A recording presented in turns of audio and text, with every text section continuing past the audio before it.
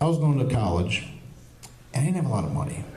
And I talk about this in the Right or Wrong book, this whole story, which is like the most insane road trip you ever hear. But I drove to Chicago, and I got to weasel my way into a meeting with a major editor at DC Comics.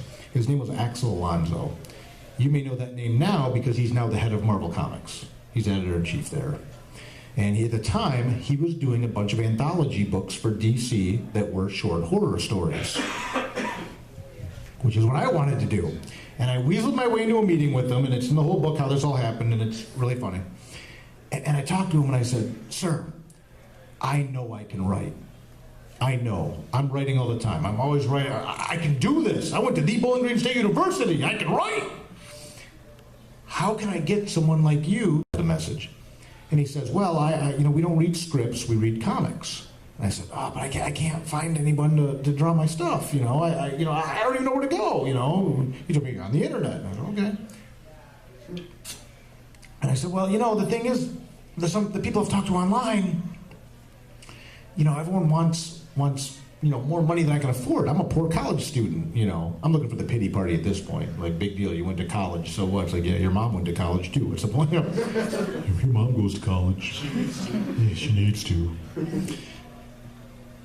And he told me something that I'll tell all of you now, and this is a good lesson for everything.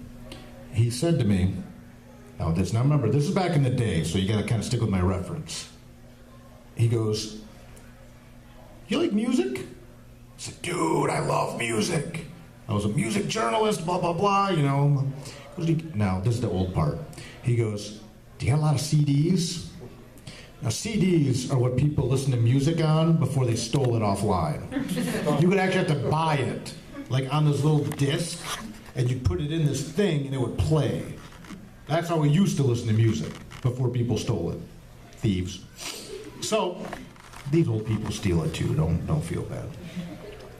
I said, "Yeah, I've got tons of CDs. I got all kinds." He goes, "Oh,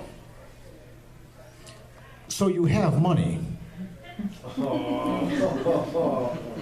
Mm-hmm. I was like, "I have much to learn, Grasshopper." Right? "Thank you, Master. I am no grasshopper." But what he told me then, and I'll tell of you now, he said, "Is it that you don't have money? Or is it how you're spending the money you have?" That was hardcore, man. I mean, I wanted straight talk from the master, and that was straight talk from the master. So I got a second job. As I graduated, I got a second job. That was my comic money job. It was not glorious. It was not glamorous, but I had a job that was just getting by enough money that I could make money to pay my bills and stuff. I got college, pay my student loan, so I'm not in unbelievable debt for the rest of my life. And I got a very unglorious second job. And I used that money to pay some pretty solid artists to work with me. And then 6 years later, I got picked up by Image Comics.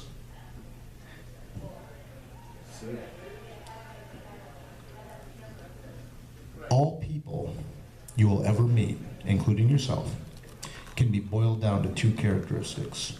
And if you can answer these two questions about someone, you will know everything you ever need to know about them or yourself.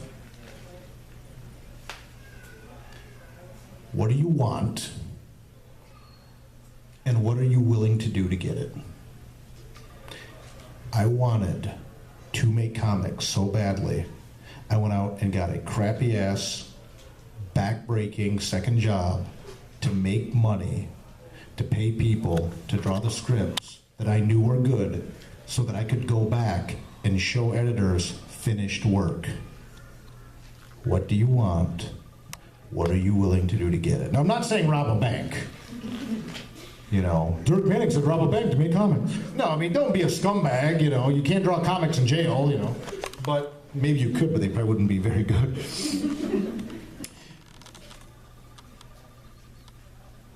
So you might have to pay for someone good.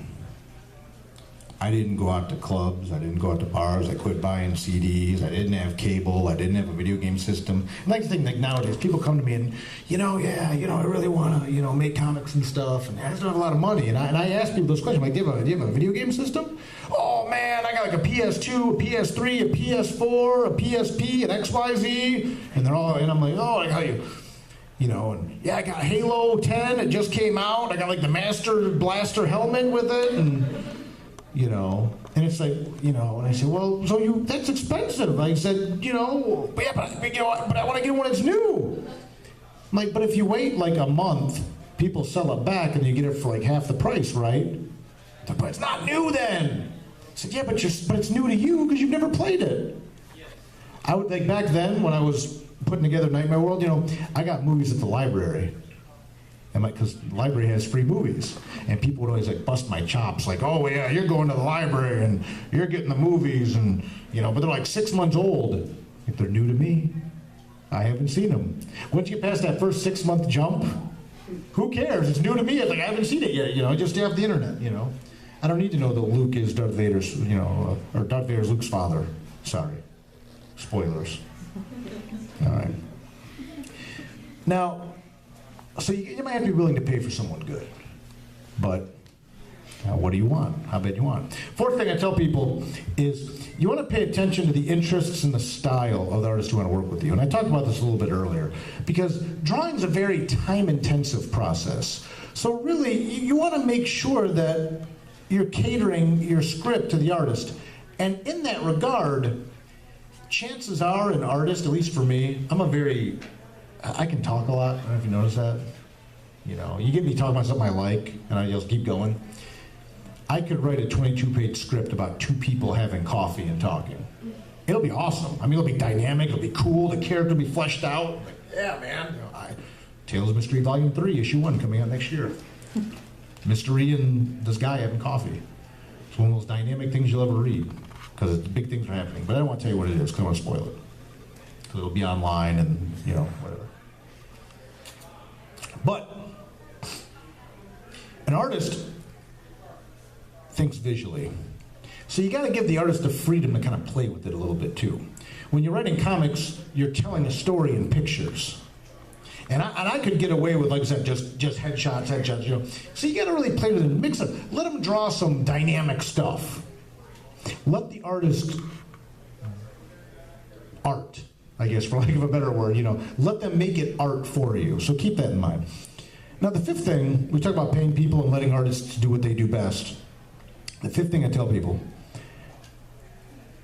never chase a pinup or cover artist to draw your story. This is crucial.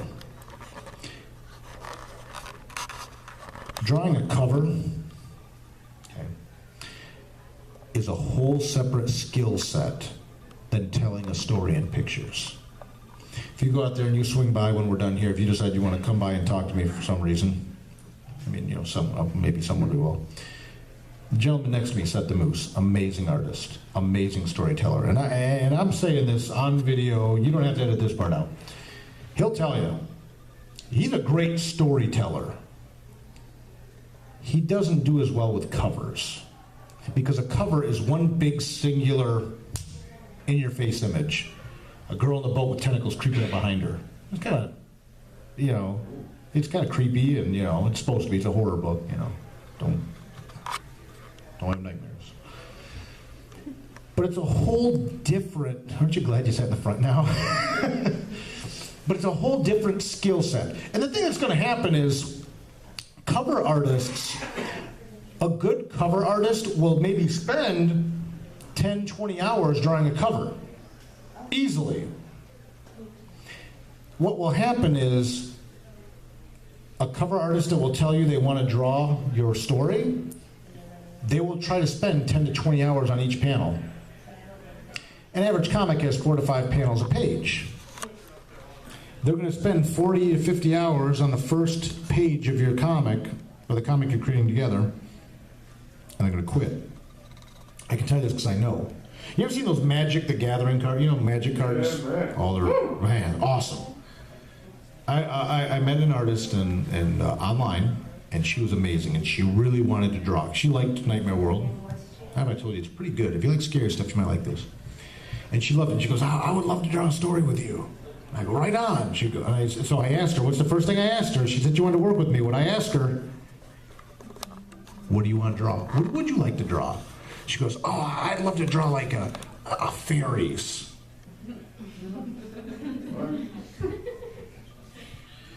Okay. give me a week or so. Like, what am I gonna do about fairies? I'm like, fairies. What can I do about a fairy? I write horror stuff. Fairies aren't scary. Scary fairy. Okay, that rhymes. That doesn't help. Think, Dirk, think. But I had to think, what can I say about fairies that never has been said before? And when you think about it, and this guy shows how my mind works, fairies are these little magical people most people don't know exist, right? I mean, that's what a fairy is. That's kind of freaky. And I thought about that, and I'm like, wow. So what if like a little kid knew a fairy, and no one's going to believe the fairy's real, and they're magical, and then it kind of goes from there. And it became a story called Not For You that's in volume 1 of this book. And I was really happy with it. Now, I knew she drew Magic the Gathering cards. That's what she did. So I knew that she drew very intricate pictures and stuff. So what I did for the story, because I'm thinking about the artist's style, see, it's all coming together now. I said, okay, I'm going to do 4 panels a page. 1, 2, 3, 4. Wide screen, kind of like Magic the Gathering cards, right? Give her plenty of room to draw. And so I told a fairy story. 8 pages, 4 panels each, 32 panels to tell this whole story. Beginning, middle, end, kid that's friends with a fairy, and about the story of their life together. And it's a horror story. It's really good. I enjoyed it. Hey, must be the money. No. Is it for me? Maybe. Okay. Probably, I don't blame him. She did the first page. And it took her some time. Oh my God. Killed it, crushed it, resurrected it, and killed it again. Oh. Beautiful. But every panel had like a intricate little border and border around it with like little jewels and leaves and stuff like that in it. I mean, it was insane, man. It was crazy. It was so good. Funny you mention that. Is it in the book? A couple weeks go by. No second page, no second page, no second page. Still working on it. 2.5 years later, another half page was done. I waited 2.5 years for that. Okay. What happened was, she was putting 40 hours, roughly, into each panel. And she was jacked up, man. It's like the first page she got done. I think she got the first page in a couple weeks. I mean, she slammed on it. And it was a very simple page, you know. It was literally like a bird's eye view of like going into a forest. So she could manipulate the images and stuff and things like that. It was fine. I still have that page and a half. And sometimes when I'm home at night and I just, you know, open up my computer and I open up the digital file and I just start weeping because it is beautiful. And it's like somewhere I want to believe there's a universe where that whole story got illustrated. But I mean, you can't chase pinup and cover artists to draw your story. It's a different skill set. They put too much time into it. I offer this open challenge at every panel I ever do, and I'll offer it to you now. If you ever find, or you ever get a cover artist or a pinup artist, and pinups are great. I mean, you pinup artists out there, it's a great thing. You ever get a pinup artist to draw a short comic story for you, I want you to show it to me. And I want you to bring with you the Sasquatch riding a unicorn with the Loch Ness Monster with them. It won't happen. I don't care what they tell you, it won't happen. It's a different skill set. If you find a cover artist you really like, or a pinup artist you really like, take a deep breath, enjoy it. Beautiful art. And hire them to do a pinup or a cover. But to tell a story in pictures, even if you do 5 panels a page for 5 pages, 25 total pictures, right? It won't happen. Trust me, it won't happen. So, the 6th thing that you want to keep in mind, and I just talked about this a moment ago, is you want to bend but not break regarding your deadlines. I waited 2.5 years for a story. I had other stories going on. And I stayed in touch, we talked, oh, yeah, you got this other gig, blah, blah, okay, fine. But you want to bend but don't break regarding deadlines. People always ask, well, how long should I wait? I've talked to this artist, and how long should I wait to, before I get nervous? And I tell people, generally, if you're waiting twice as long as you originally discussed, it might be time to kind of have a talk. A good artist who's working a normal day job, will probably do a page a week. Gotta keep that in mind. Now, a professional artist who does nothing but draw could probably do about a page a day, but that means they gotta be making that Marvel money. That's big money. If they sit around all day and draw, you better be willing to really buck up. But a page a week's about average. So to do an 8-page story is about 2 months. Page a week, 8 weeks, all right. If an artist is keeping you, and they might tell you, I need 3 or 4 months. Okay. But if they keep you waiting longer than that, you have to have a talk. And here's what's going to happen. You will go forth. You may buy right or wrong. You may go out there and find whatever. You're going to find an artist and you're going to work with them. And you're going to start to work together. And they're going to start delivering pages and it's going to be great. And all of a sudden they're going to not deliver pages anymore. And you're not going to want to break up with them. You're going to hear that song, was it Careless Whisper? No, I'm never going to love again. Like the saxophone plays. Like, I finally found someone to draw the story I wanted now. I'll never find anyone again. And, like the saxophone. Look it up on YouTube. It's a really funny video. He's got suspenders and a mullet. The hardest thing to do is walk away. But you gotta. Because you are a professional. Or even if you're an aspiring professional, you can't pin your hopes and dreams forever on someone else. There are other people out there. So if you gotta break up, have your breakup, cry, go eat a bunch of ice cream. That's what I do. Ice cream's wonderful. It makes you feel better at all times. And it's legal. It's true. Yeah, Go to Handles or whatever, If you're in Bowling Green, go to Dairy Queen or, you're back Perrysburg, go to Mr. Freeze. Like a turtle sundae, it'll be giant. And move on. It's okay. My friend that did the magic cards, it got to the point I'm like, look, the book's coming out. I got a publishing deal, all right? We need to know. And someone else did it, and the story's in here with a different artist. Ironically, the artist who did the cover ended up drawing that story. She's a good friend of mine, also from the Toledo area. She now lives in Seattle. She's a video game designer, and I always forget the game she did. The Sylvaria in it, it's a role-playing game. She gets so mad. Edit this out. No, you don't have to. Hi, Kristen, I love you, and I'm sorry I forget the name of your game. Not World of Warcraft, but it's one of those games. And she designed like a whole race of people called the Sylvari. I don't remember. Well, anyway. She knew about this fairy story, and she's a fantasy artist as well, obviously, and she agreed to draw and did a fantastic job, and she's just going to kick me because I can't remember. I see it in my mind, but anyway. But I was worried, too, because she does, like, video game stuff. But she did it, and she wanted to do it, and it was great, Well, I talked about this a minute ago. The seventh thing you want to keep in mind is you want to be aware of your panel-to-page ratio. Okay. Each panel on the page is a tiny little picture. Think about that. In that little picture, you got to tell a piece of a story. You got to probably have a word balloon in there. And you got to ask someone to draw all these little pictures with all these little word balloons in them. Like I said before, if you do a 5-page story with 5 panels a page, that's 25 pictures. That's why you want to start small. Because if you do 5 pages times 22, that's 110. I really like your art. Will you draw 110 pictures for me? Excuse me? Yeah.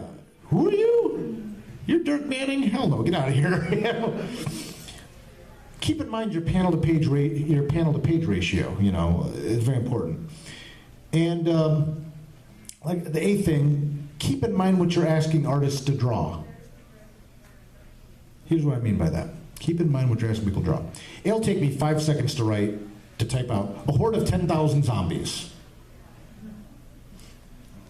The artists in here are laughing. Like, ugh. How long is it going to take an artist to draw 10,000 zombies? panel after panel, page after page. I can see in my mind, yeah, like a horde of like 10,000 zombies and a Sharknado and all this stuff, you know. The artist goes, boom, and the writer says, man, artists always be flaking out, yo. No.